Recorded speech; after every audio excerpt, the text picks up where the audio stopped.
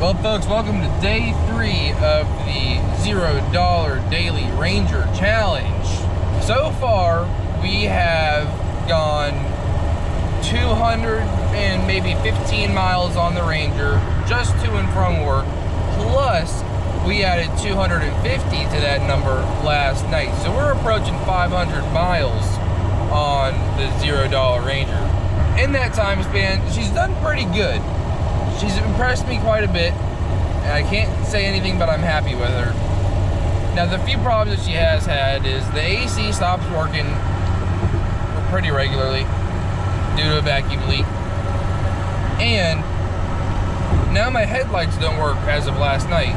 So today we need to try to find a fix for these headlights, as well as go back out to Waldo, Florida to go replace a clutch hydraulic line on that Freightliner from last night.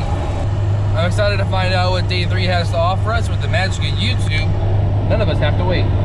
One eternity later. Well, folks, we are back at it for the trip back to Waldo, coming from the Longwood, Altamont area of Florida. So we got another 250 miles to do, but most of it's going to be in the dark. And so that does cause me a problem here, because I do currently have the issue. My headlight's not working. So we're going to go ahead and take off these 3 screws, 1, 2, 3, and get this dash bezel pulled out so we can go ahead and take a look and see what's going on in here and why this baby ain't working. I'd say we have a problem here. Some melted connectors, real melted connectors or wires. Yeah, so we got some sort of issue. So we're gonna go ahead and try to find out what 2 wires I need to jump together to have my lights. So, got my little jumper wire right here. Headlights. Cool. So those 2 need to go together, and I need to add a 3rd wire because I don't have any fog lights right now, or my running lights. So that's just the headlight circuit. So now I need to know where what circuit is for the running lights. So if that works, then why is the switch not working? Did it just melt it, or is it full of garbage? I mean, I'm curious now. If I just plug the switch back in, does it work? No, it does not. So the switch must not be making contact internally. So now I'm going to test this pin here to this pin here and see if that turns on my running lights. Shove that baby in there like that. Yep. So I got tail lights and I got running lights. So for right now, I need to get those 3 wires touching each other, and we will be back in business. Everything else is not that important. I mean, I know that something, oh, that also runs my my dash lights. Yeah, so that's it, those 3. Got a few different options here for different types of connectors we can try to use to push into those pins and try to get something happening here, because this is just, it's really not going to work for me at all. So that's 2 loose. What about this baby? She would work. Oh well, I should not have done that. That's the ground. Don't do that again. That's kind of tight. What happens if I crush this down into something flat? Flat enough. I mean, flat as I can get it.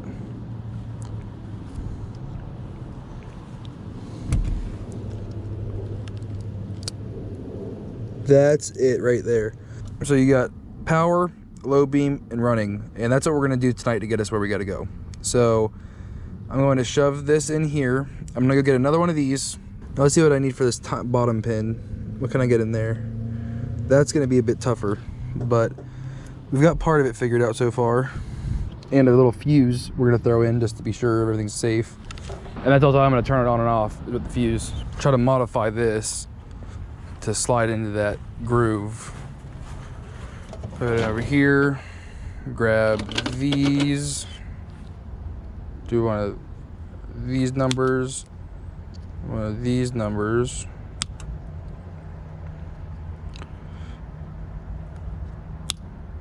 one of them, and we'll just keep on trimming it down until it fits. Nope, gotta keep going. Perfect. So now we have our 3 connectors. So what we're gonna do here is, this will go on one side of my fuse. I'm gonna go ahead and just insert that through, crimp. Good enough for my house. And then I need to split this side into 2 connectors. Also need to turn this into the right type of connector first. Perfect. And then for this baby, I'm thinking we will take this, strip about a 1/4 inch off of it right here, shove that into my tiny connector, and then another 1/4 inch strip off, throw that baby up into here, and then I'm gonna grab another connector, strip both ends of this. You need a little bit more of this. Do about a 1/2 inch on these ones, because I'll have to actually twist these together. These types of butt connectors are larger on one side and smaller on the other, which is perfect for what we're trying to do, because I can just put that whole bundle of wire down in there, crimp it, strip a little bit more wire off, because what am I going to do with that little nub? Stick her on in the small side, and grab our torch out, clean all this up. When you are shrinking your heat shrink on these types of crimp connectors, if you use the piece of the crimper that has that little nub on it, don't put your flame on that, because it'll cause the heat shrink to split, and then well, you'll expose metal, and that just undoes the entire purpose of using the heat shrink.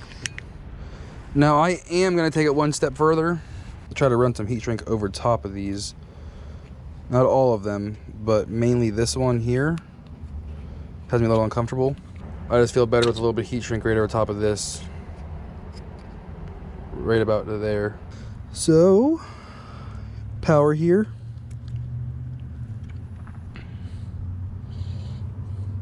I feel like this one's gonna be hard to get in, so I'm gonna throw that in now. Looks janky, I know, but hey, $0 repairs. Let's make sure that nothing's on right now. Cool. So now if I saw my little flash, ta-da. I call that a win. Now all I've got left to do is try to put this stuff back together somewhat, so I can go ahead and get on down the road. Now the trim's put back together correctly, I think, ish. Close enough. Alrighty, well, time to go grab some tools and head on down up north. Well, maybe try to pick up some tools first. So all we really need today is gonna be a knife, these, maybe these. Walk over here and grab my part, and we can hit the road. Now, I'm not sure how easy it is to tell, but I am quite tired.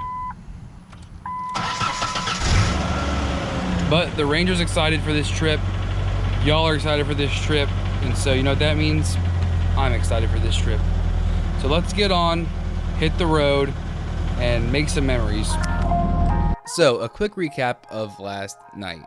Last night, we went out to my dad's truck in Waldo, Florida, who is broken down, and we all thought it was a master cylinder.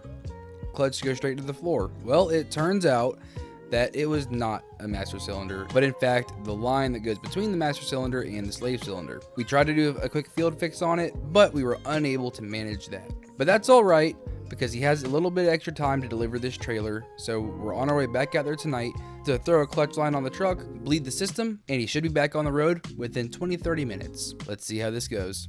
Nice and pretty new hose. Give me some light over here so I can kind of see what where I'm trying to thread this wire hose through. Looks like something like that right there will get me to where I'm kind of trying to go. The hose is routed through here next to the old hose, and then all the way back behind all this stuff to where it's supposed to go. So now I gotta go up underneath. So now I'll take this.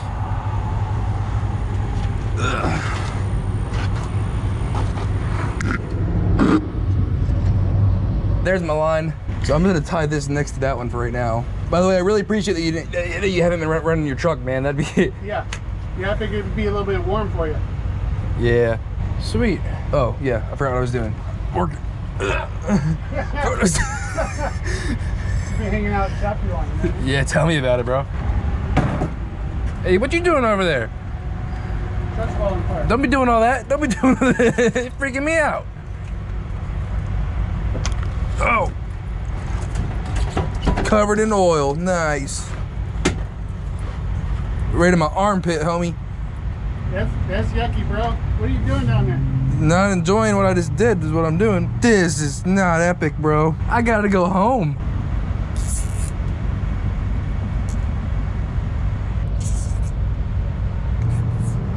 Hey, I don't think that's gonna rub on nothing. Definitely ain't gonna rub on nothing between here and home. I'm done down here for a minute. They'll have to just come back down here to bleed it, and that's it. Cool.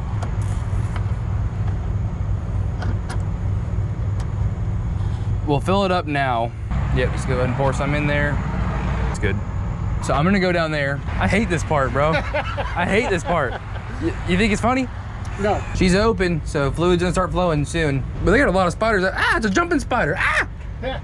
Dude, what the, what? Is that 4 o'clock? Yeah.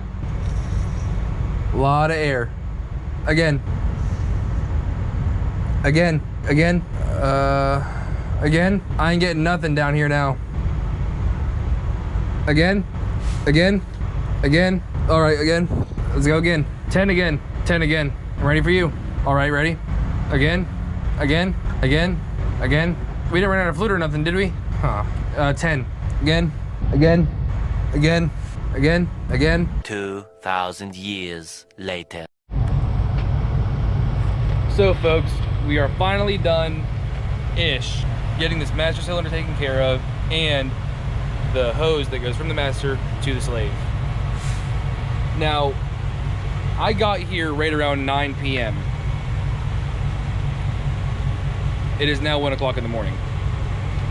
It took about 5 minutes to change the line, and we have been trying to bleed the system for almost 4 hours, non-stop.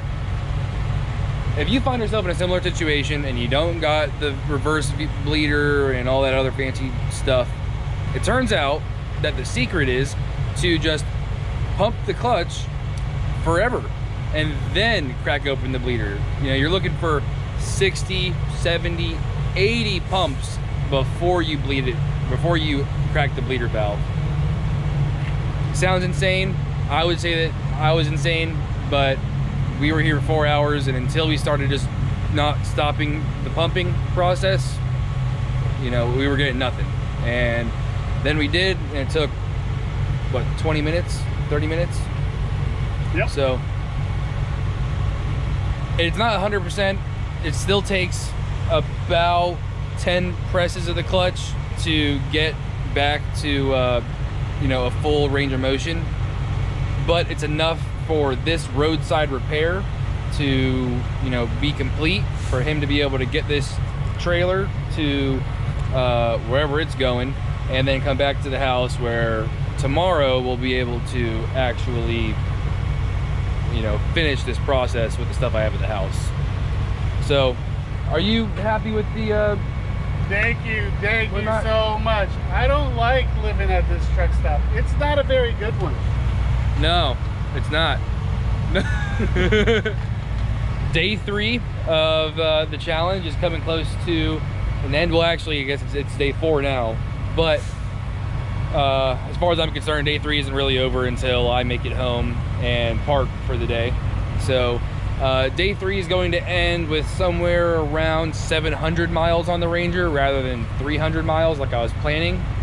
But that's all right, because, you know, we're just trying to get through one day after another. So I'll see you guys after this time lapse. You know, this was supposed to be a test of the Ranger, to see how far an $800 truck could really go. But somewhere along the way, it became a test of me too.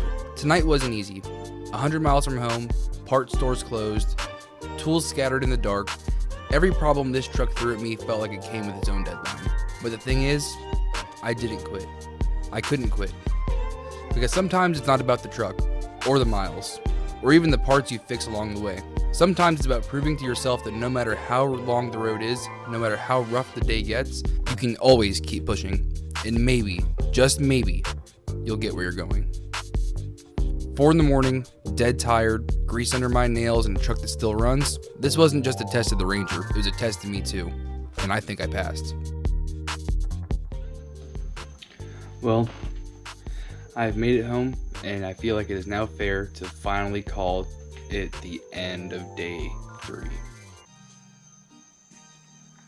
A lot happened.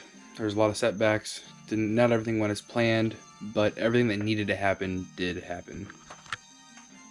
It's 3:40 in the morning, and well, today's a new day. So I'm gonna get some sleep, and in a couple hours, we're gonna get back to filming.